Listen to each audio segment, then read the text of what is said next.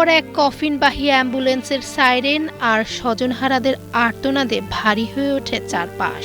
Saudi যুক্তরাষ্ট্রের যৌথ বিমান হামলায় স্তব্ধ এখন গোটা ইরাক।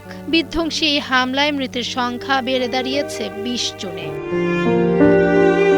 ইরাকের জাতীয় পতাকা মোড়ানো কফিনগুলো কাঁধে নিয়ে রাস্তায় নেমেছেন শত শত মানুষ।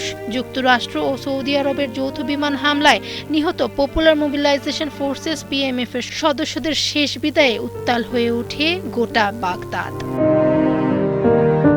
ফুটেজে দেখা যায় একের পর এক অ্যাম্বুলেন্স নিথর দেহ নিয়ে পৌঁছাতেই কান্নায় ভেঙে পড়ে স্বজন ও সমর্থকরা। PMF জানিয়েছে কয়েকটি প্রদেশে তাদের অবস্থান লক্ষ্য করে চালানো এই হামলায় ২০ জন সদস্য প্রাণ হারিয়েছেন এবং আহত হয়েছেন অন্তত ৩২ জন।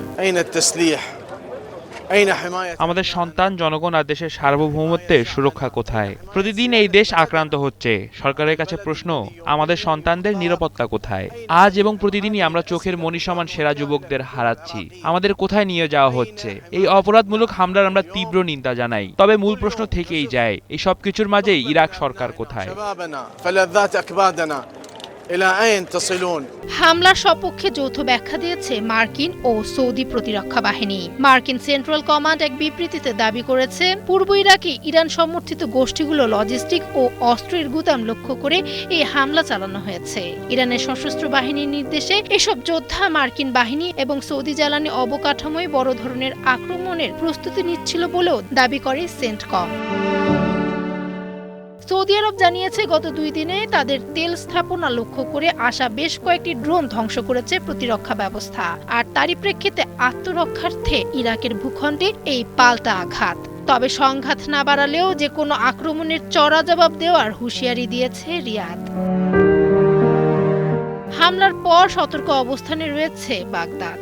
পরিস্থিতি পর্যালোচনায় জরুরি বৈঠক ডেকেছে ইরাকের ন্যাশনাল সিকিউরিটি সংক্রান্ত মিনিস্ট্রিয়াল কাউন্সিল। সার্বভৌমত্ব লঙ্ঘনের বিরুদ্ধে দেশব্যাপী নতুন নিরাপত্তা পরিকল্পনা অনুমোদনের পাশাপাশি স্পষ্ট বার্তা দেওয়া হয়েছে, ইরাকি ভূখণ্ড ব্যবহার করে কোনো গোষ্ঠী যেন প্রতিবেশী দেশগুলোতে হামলা চালাতে না পারে সেই বিষয়ে কঠোর ব্যবস্থা নেওয়া হবে। কফিনের মিছিলে ঢাকা পড়া বাগদাদ আজ শুধুই এক শোকের উপত্যকা। ভূরাজনৈতিক ক্ষমতার লড়াইয়ে কত প্রাণ ঝরলে শান্ত হবে মধ্যপ্রাচ্যের এই তপ্ত আকাশ, সেই উত্তর এখনো অজানা। ডেস্ক রিপোর্ট, সময়ের আলো।